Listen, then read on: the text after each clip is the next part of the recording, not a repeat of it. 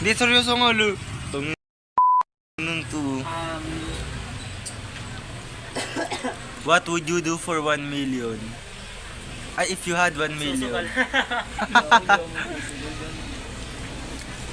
Hindi, pag yung tinanong mo. Hindi, tinanong ko kasi yun. Lahat. Ulit. Meron. Dapat ang bili-bili mo na dyan yung pang-habang buhay. Kasi pag nasama.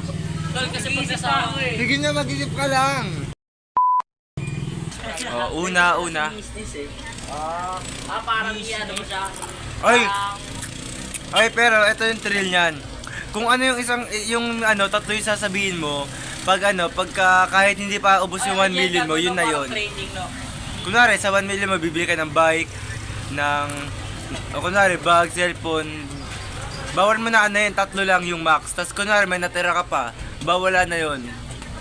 Talagang lang, tatlong lang. Tol, ano yun, ano? Parang trading. Gagawin mo.